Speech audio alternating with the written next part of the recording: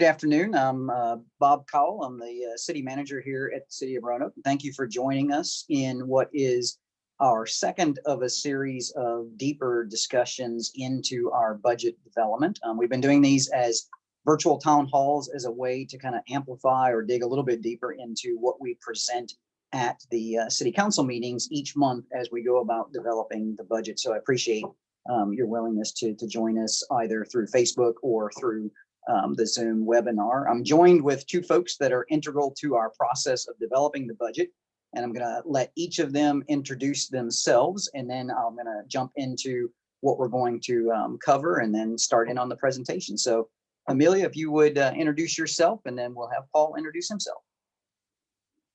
Good afternoon, everyone. I am Amelia Merchant with the City of Roanoke Department of Finance. I'm serving in the capacity of director of the department, and I've been with the city for 20 years, serving in both the finance department and our budget activities as well. Thank you, Amelia. And Paul? Yeah, I'm Paul Workman. I'm the budget manager for the Division of Management and Budget with the Department of Finance. So I've been with the city for, I think, 16 years now. So been here for a little while. Great, thank you, Paul. If you wouldn't mind, Paul, if you want to pull up the agenda, I mean, Sure. Slides. Thank you. While Paul's pulling that information up, I'll share with you all again. As I mentioned, this is the second in a series. The first of these that we did was oriented around the revenue that we use in order to actually build the budget. And in particular, we focused in on our real estate taxation valuation process. And that video is actually available on our website with where the rest of the budget information is, which includes all the presentations that we have delivered to the council at their briefings. Today's session actually will focus on two areas. One is the capital improvement program, or what you'll hear us refer to as the CIP, and then outside agency funding. We will end this, as we have others, with questions. So if you're joining us on the webinar, you'll have the opportunity to actually join in live for any questions that you might have, or via chat, either one of those. And if you're on Facebook Live, if you'll post information up on Facebook with questions you might have, that's being monitored, and we can certainly answer questions at that time. Paul, if you wouldn't mind turning the slide. Thank you. I'll explain a little bit about how we approach our capital improvement program and our outside funding agency, or outside agency funding. We do that, hopefully, we do it strategically, which means that there's a purpose to what it is that we're doing. And I want to highlight a couple of the documents that we use to assist us in that strategic approach. One of those is at its core, or one of those is the core, which is the strategic plan, which the council revisits every year. They did that before the budget development really started in earnest. And that's where the council lays out the priorities that they have established to help us advance on the community's vision statement. So that's one document that we rely upon as we build the budget, and in particular, as we develop the CIP and as we discuss outside agency funding. The second is a connection to budgeting and outcomes, or budgeting for outcomes for equity and empowerment. We've changed this a little bit in that we have for a number of years prepared our budget for specific outcomes. So we identify things that we expect to achieve as a result of the budget that we put together. This year, we have begun a 2-year sort of endeavor that ramps that up, focusing more on equity and empowerment. So outcomes that actually advance on addressing inequities and on empowering our residents. And certainly, again, the development of the CIP. And I think you'll see as we talk particularly about our outside agency funding, how those are related to this as well. And then the third of those is effective and equitable utilization of resources to provide services and programs. What that means is we obviously do all of our budgeting to determine what services and programs we can actually provide to our community. And in this case, also what kinds of capital facilities and equipment that we can provide. And we want that done in as effective a manner as is practical, because obviously all of this is funded through taxpayer dollars. And so we need to be as the best stewards as we can of those dollars. You'd switch, Paul? Thank you. So what exactly is the CIP? Again, I mentioned earlier, that it's the capital improvement program. Again, we'll default, I apologize to acronyms being the CIP with that. But what that really means is it's our mid-range plan. So if you think of our comprehensive plan in the city, which looks out maybe as far as 40 years, where we would like to be as a city, and it lays out some kind of basic objectives and goals on how we can get from where we are today to where we would like to be 40 years from now. Along that path, of course, that'll be 40 years worth of budgets that get adopted every year. But there are also these in-between steps, if you will, these mid-range steps. So what do we do in the next 5 years and then the subsequent 5 years and so on to advance on that objective? The CIP is one of those. There are also other documents like the Parks and Recreation Master Plan or other kinds of master plans that similarly have that kind of 10-year time horizon that help us really kind of step our way toward that 40-year objective. So it's a mid-range plan, usually 5 to 10 years in length. It identifies specifically the capital projects and equipment that we will purchase. So if you think about it, these are big items. These are not the pens and pencils that we need to run the city government. These are the fire trucks, the fire stations, the trash trucks. These are large dollar and long lasting pieces of equipment and facilities. So these are the items that often take years to actually plan for, and in some cases to save for. And then in many cases, we're actually ultimately paying for those over a long period of time as well. And we expect to have them in use for a very long time as well. The CIP provides a planning schedule, which you'll see a bit later, which identifies not only what are we going to spend our dollars on in the year that we're in, but it also looks ahead over those 5+ years as to what dollars we anticipate needing to spend as we go forward. And then finally, it identifies options for financing the plan. As I mentioned, a lot of these are very expensive items that we anticipate lasting for many years, if not decades. And so there are a variety of different ways in which we can actually fund those particular purchases. And those are somewhat dependent on just how long we anticipate keeping them and just how expensive they are. And we'll talk a little bit more about that as we go forward as well. So what is the continuing kind of what's in the capital improvements program? I mentioned it's at midterm. So we talk a little bit about between the fiscal year 2021 and 2025. And what that really means is often it's calendar year 2020 going into calendar year 2021, and then so on for those multiple years.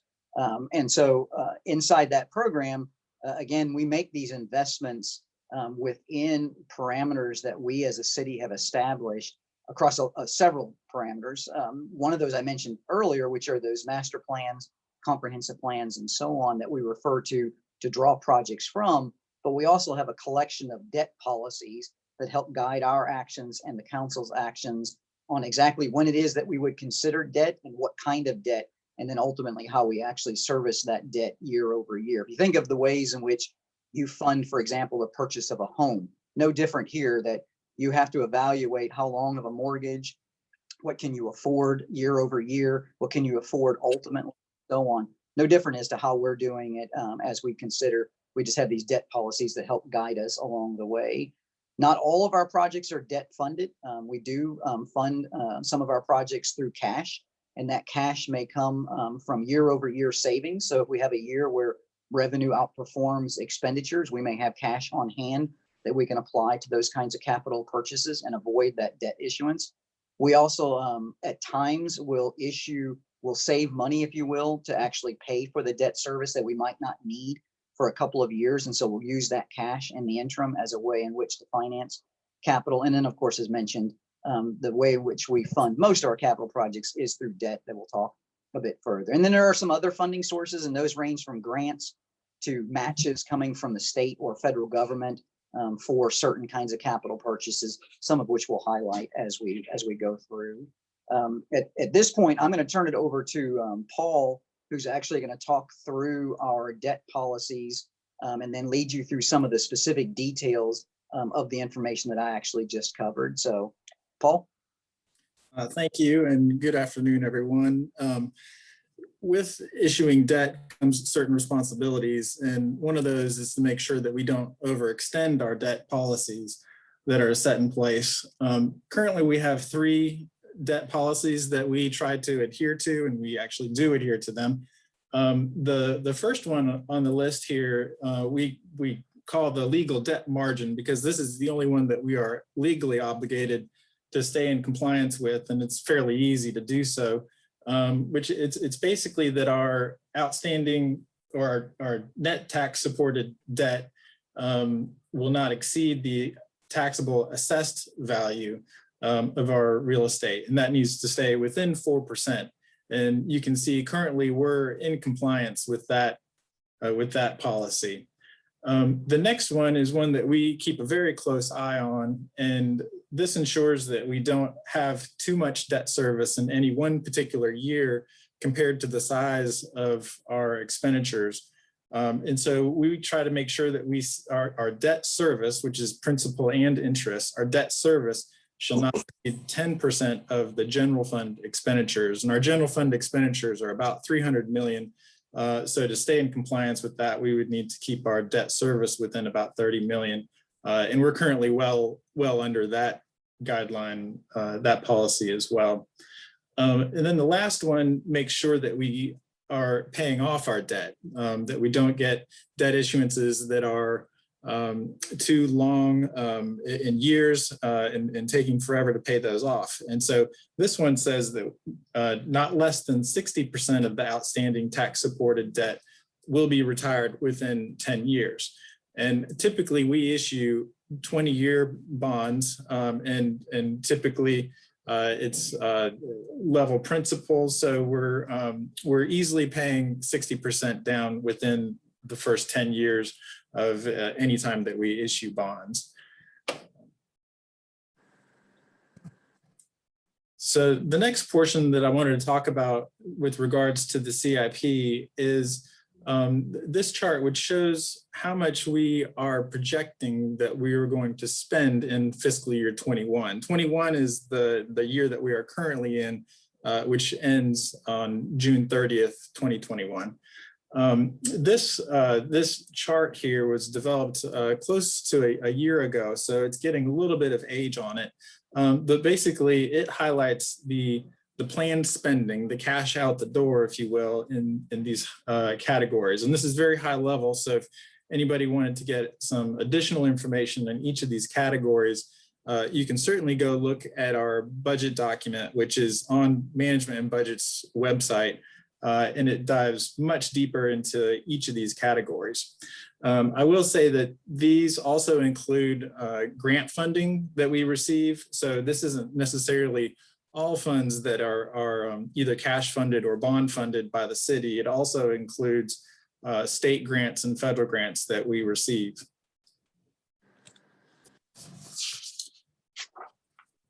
Next, I'd like to kind of go over where we are currently in our update to the CIP. And what you see here, the gray columns are basically where we started with our last CIP. And then anything in yellow essentially is new bonds that we're currently considering. And I say considering, meaning it's not totally set in stone at this point until it's adopted and approved by City Council.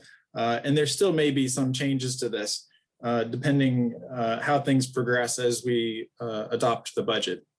But the first line item that you'll see on the list is for the Roanoke City Public Schools. And typically we will provide them with $5 million to further their improvements that they've got. They have quite a list of items that they're trying to work through. This last year, they did request some additional funds of about 15.6 million. And this is to help address needs at Morningside and at Preston Park. The next item that's in gray is for bridge renovations, and this is for the Wasena Bridge, the 221 Main Street Bridge. That road has a lot of different names, but it's basically our largest bridge in the city, and it will be our most expensive one to replace as well.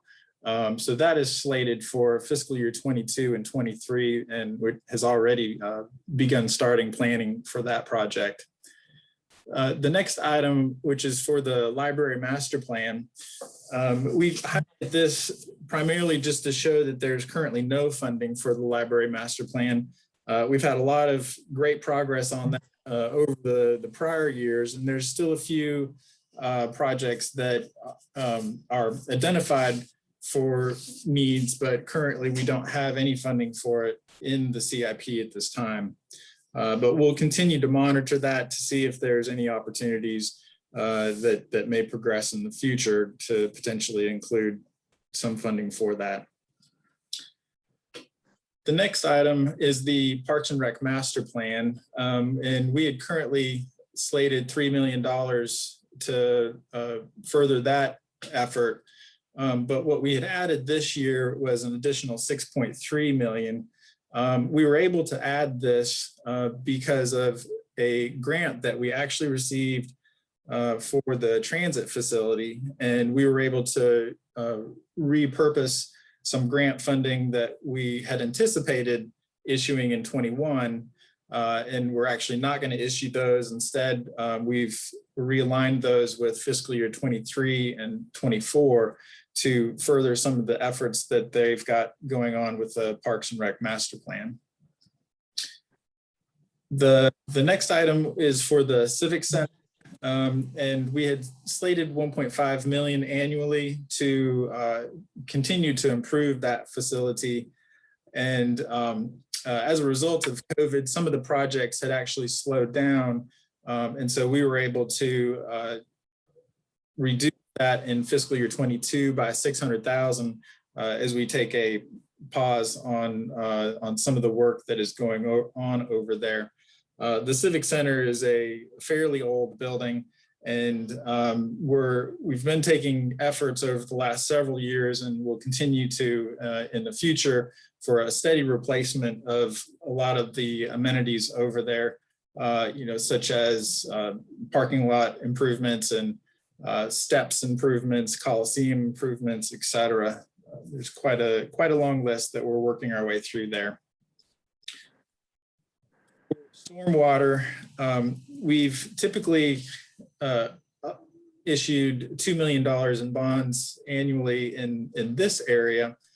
We did present a new proposal to City Council at one of the not too long ago council meetings, and we had agreed that we would increase the amount of bonds that are issued for stormwater improvements to further that fund. The stormwater fund is self-supporting, so any bonds that are issued for stormwater need to be paid for by the stormwater fund revenue itself.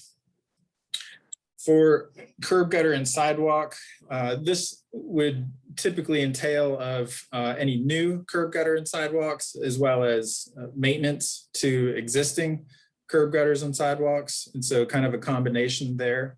We identified some additional funds in each of the years to address both new and maintenance. So we are going to try to increase the annual allocation for those. On the next slide, we talk about streetscape improvements, and typically we've allocated 500,000 each year for streetscape improvements. And you'll notice that there is a line that's highlighted yellow with nothing in it following that, and that's simply to identify that there is a much larger need than what we currently appropriate for streetscapes. And this is particularly in the area of ADA ramps and traffic signal modernizations. For passenger rail, we had originally planned for the 1.9 million approximately to be issued in fiscal year 22, but as a result of some delays, we've pushed that out to fiscal year 24. In the area of fleet capital replacement, we had planned for an approximate 600,000 to 900,000 each year, and this was to replace solid waste refuge trucks. We've been replacing those steadily, and we had a pretty old fleet that we needed to eventually try to replace, and so we've been slowly ticking away at that, and eventually we'll have vehicles that are up to standard. The next item there that is in yellow for fleet is particularly for fire engines, and that is something that was added this year. The next item for technology capital, the 3 million, that is for our financial system to do an upgrade with that, as the current one will be getting out of service. And then the next technology capital item for 3 million, this is for a police and jail records management system. For the fire facility master plan, we've added some additional funds there to account for fire station number 2, which is at the Cortland Avenue fire station. So this is now coming on the horizon. So we've updated some projections on the amount that we need for that. And it has sort of come onto the horizon now, if you will, for this 5-year plan. And then finally, capital building maintenance, we typically allocate $1 million annually for that. And the item below obviously is highlighted yellow with nothing in it. And that is to indicate that the need for replacements and capital building maintenance is much greater than what we currently allocate for that. So as I had mentioned, as I went through the list, there's some items that are currently not in the CIP, but we identified that there is a need for them. And so this slide highlights what those are. There's a bridge renovation, the Garst Mill Bridge, library master plan, as I'd mentioned. Parks and Rec master plan also has additional items that are beyond what is included in the debt issuances. Traffic signal infrastructure, and then some other technology needs, fiber ring expansion. And then for the fire facility master plan, there's station number 8, which would be the Crystal Springs station, fire station number 1, which would be some renovations to that, the drill tower, and then fire station number 6, bay enhancements. We also don't have funding in place for the Public Work Service Center Phase 2, which would include the wash house and fleet management enhancements. And I believe I'll turn it back over to you, Bob, for this one.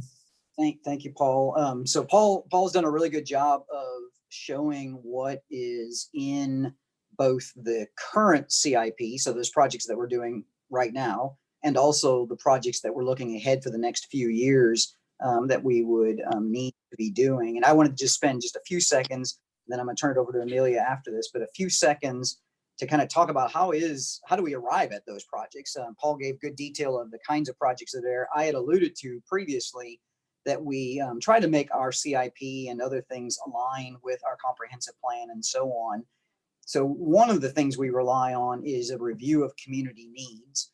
And that very often comes in the form of those master plans that you've heard mentioned a couple of times.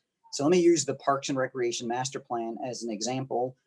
For more than a year, that plan was in development, and that involved a number of community meetings, stakeholder interviews, survey questions, assessments of current facilities, assessment against best practices. All of those kinds of things went into that plan. And a part of that plan then generates a list of capital improvements that are required in order to fulfill the goals of that plan. We have similar plans like that for our fire stations. We have plans like that for our libraries. Again, mentioned Parks and Recreation and several others as well. So that's one of the ways that we do that is through the review of community needs. We also are constantly scanning for economic development opportunities. Are there areas of our city that with certain capital investments could be made more productive from an economic development standpoint? Or is there some kind of impediment? Is there a road that really needs to be upgraded? Are there stormwater deficiencies that actually minimize the economic growth of a particular area? So that's a second way that we develop those CIP projects. There's a lot of data gathering going on. So we're doing things like assessments of road conditions or of sidewalk conditions. Where are our ADA ramps located or not located? Where are accidents occurring? You know, those types of collection of data assists us also in identifying those projects. Then, of course, we're always assessing what are our estimates regarding the cost of projects and what can we actually afford. You know, Paul laid out what those debt policies are, and you saw that we're well in compliance with those. But even more often, the challenge is what can we actually afford from year to year? If you will, what's that annual mortgage payment that we can make, just like you have to consider with your house? And that becomes a part of the discussion and a part of the mix. All of that gets blended up and gets reviewed by the budget committee, which is made up of representatives from the Department of Finance and Office of and the city administration. So the city manager's office and others. And we review all of that information along with ultimately some of the directors, have the discussions such as we just started having in the last couple of months with city council about those priorities and those recommendations. And then ultimately that's put into a final proposal that goes forward with the adoption of the budget. And then that gives us at least the guidance of what we will actually spend in the next year. So that's what we'll know for the next year, what we would spend in cash and in debt for those capital projects. And it sets the stage for the following years. And then each year we go through that same kind of iteration to identify those rolling kind of 5 years worth of projects. So that is kind of a snapshot of what the CIP is, how it gets developed and paid for, what we use as guidance, and right now what's in the CIP for the next few years. And hopefully that gives you a sense of what goes into that side of our budget. We're gonna shift gears now and actually talk about the external agencies. So I'm gonna hand it off to Amelia in a second. And I just want to kind of set the stage with this, that anyone that follows what goes on in city government realizes that we rely upon a significant number of partners to do what it is that we do. Some of those partners are nonprofits, some of them are state agencies, and some are somewhere in between those. And we couldn't do in the city what we need to do without those partnerships. And so those partnerships require very often funding.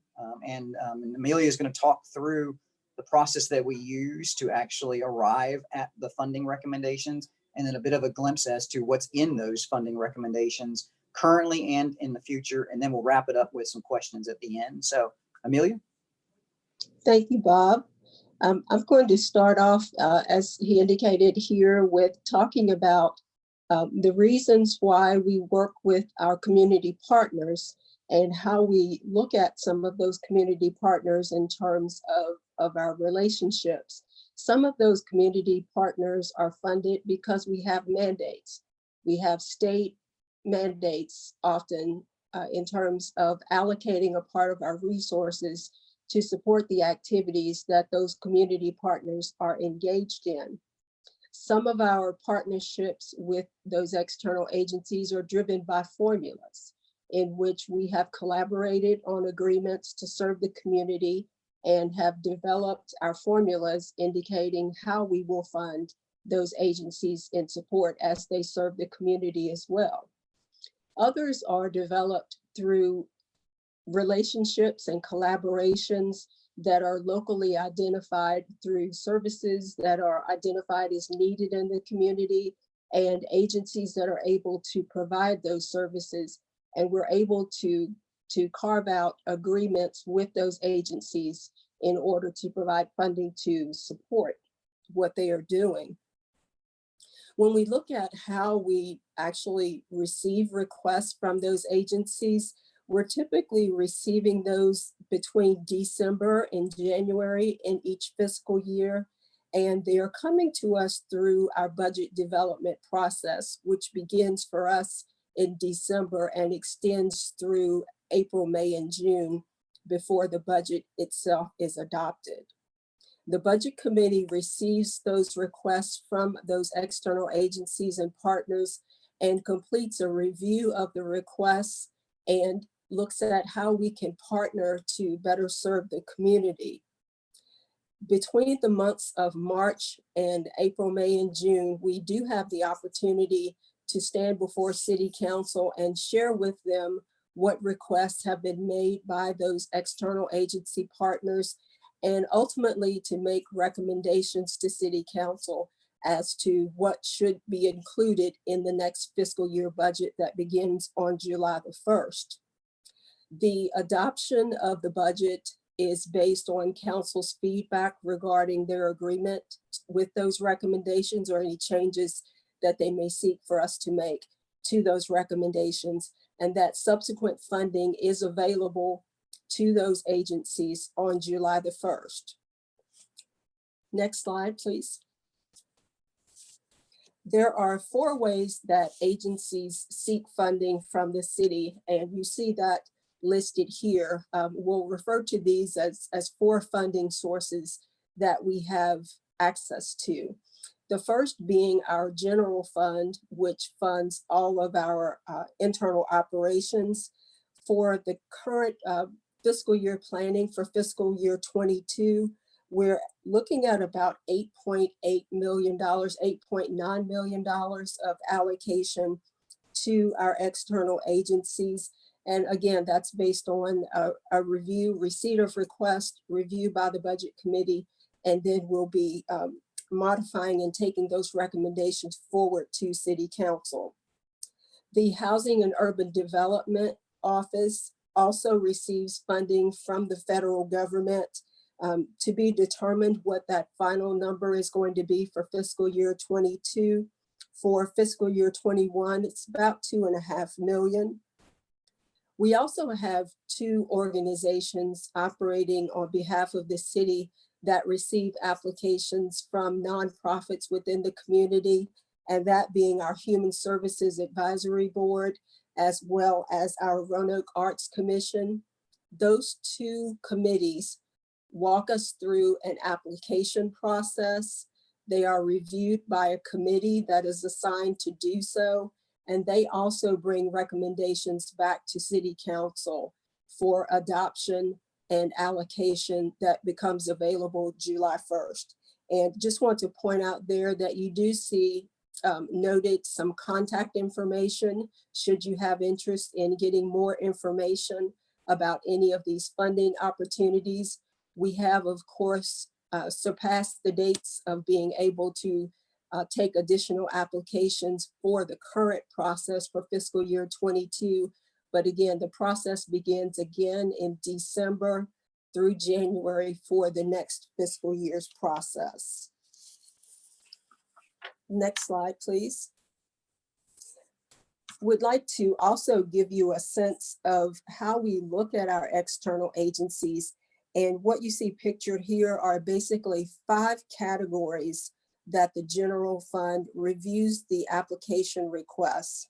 Some are in the area of an agreement that we have with the agency or the partner. Some are sponsorships. Some are related to as dues and memberships.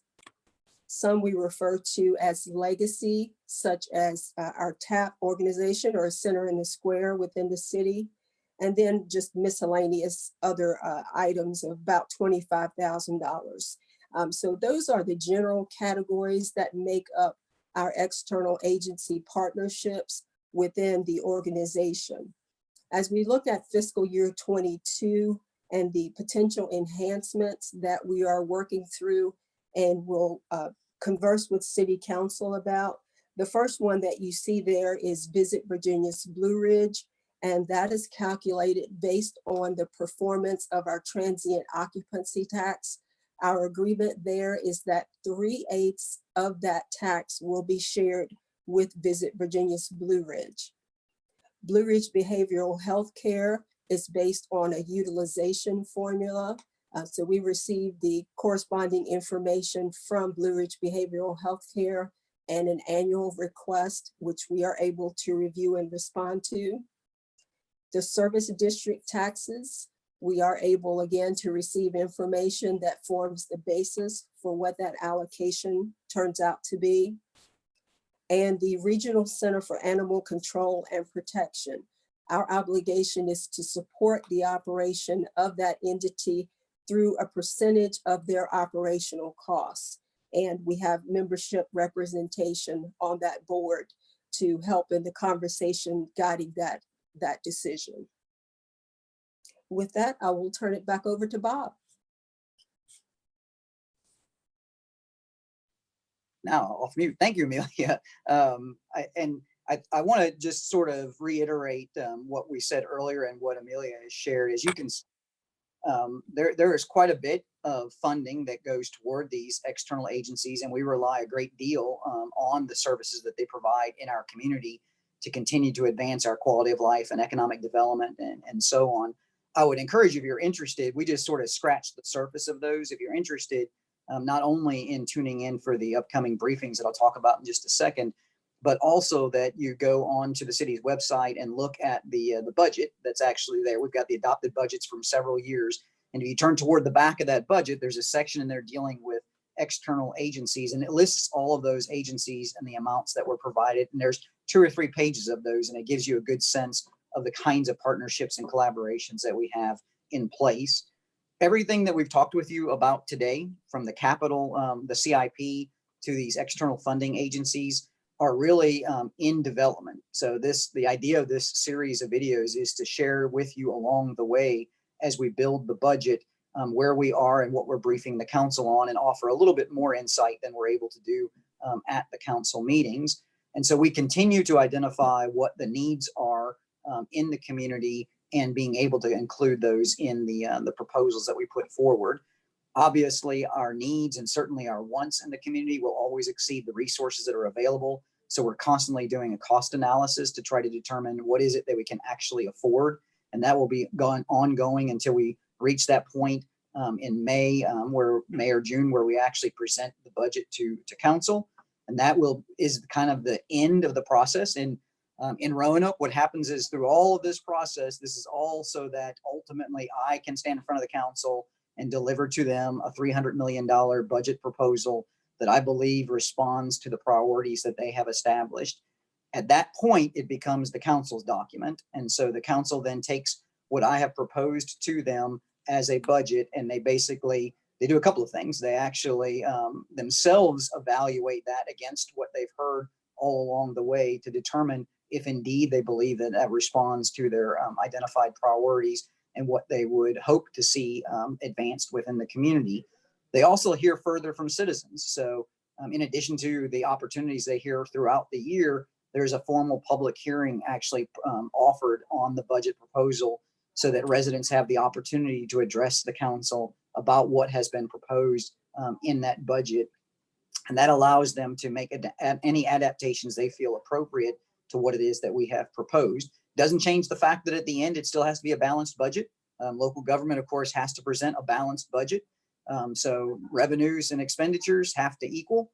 And so that has to be a part of the consideration as we go forward. And the last 2 things I'll say on this is, we would encourage you to obviously tune into the council meetings. At the first of each month, there is a briefing on a particular budget topic. The next one of those is April 5th. And it is at 9, it's at the 9 a.m. session. And of course, that will be broadcast on RBTV as well as on Facebook. And of course, will be recorded so that you can view it. If you're unable to view it live, you can view it later as well. And then, as I mentioned at the beginning of this, all of these recordings and all of the information that is presented to council in those budget briefings is available on our website as well.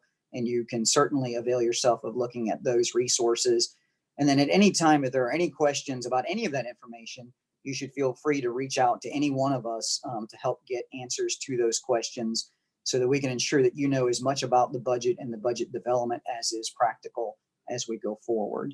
So at this time, I'd like to again thank Paul and Amelia for helping walk us through these items and this information, and open it up to any questions that you might have. I think Tiffany's going to help us with that as well, to see if there are any questions that come from those that have joined us live on the webinar, And then again, I think Tiffany has been monitoring the Facebook Live should there have been any questions that came in through that.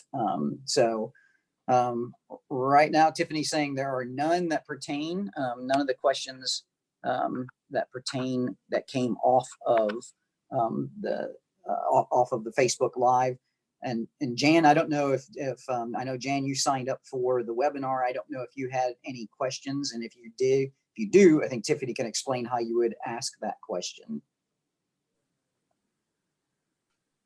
Yeah, Jan, I'd be happy to unmute you if you have any questions, or you could drop it in the chat.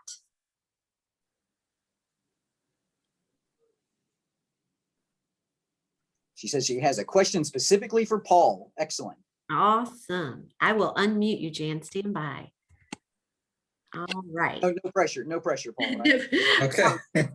She said she's going to email him. Okay, so she has a question offline for Paul. Okay, you're off the hook. So Okay, and Jan, my phone number is on there. So a couple slides up, feel free to reach out to me and ask me any questions that way as well.